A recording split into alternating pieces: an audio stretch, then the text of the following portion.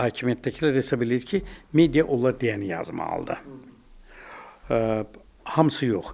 Amma ümumiyyətlə prinsip olaraq hakimiyyətdə də elə düşüncə var ki, cəmiyyətin nə düşündüyünü biz bu mediadan öyrənməliyik.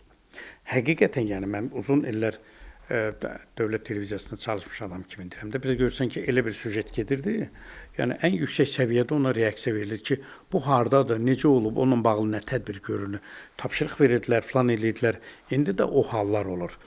Yəni, məsələn, indi bu Rusiyada da biraz Putinə qədərki dövrdə belə fikirlər var idi ki, biz deyir, qəzeti ona görə oxumuruq ki, görək bunlar nə yazıb, biz nə baş verdiyini bilirik. Amma baxırıq ki, görək o redaktor nə dərəcədə vicdanlı və cəsarətlidir ki, olanları yaza bilir. Yəni, olanları yaza biləndə ondan cəmiyyət odur, ondan hakimiyyət də oda bilir. Yəni, nə qədər acı olsa da o tənqidləri qəbul eləmək lazımdır.